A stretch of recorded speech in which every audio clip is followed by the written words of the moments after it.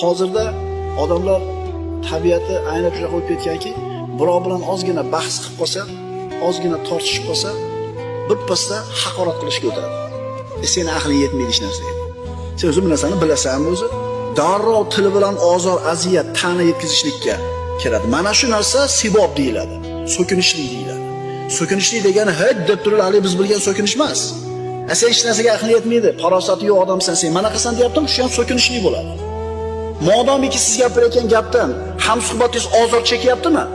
Demak bu so'kinishlik deyiladi.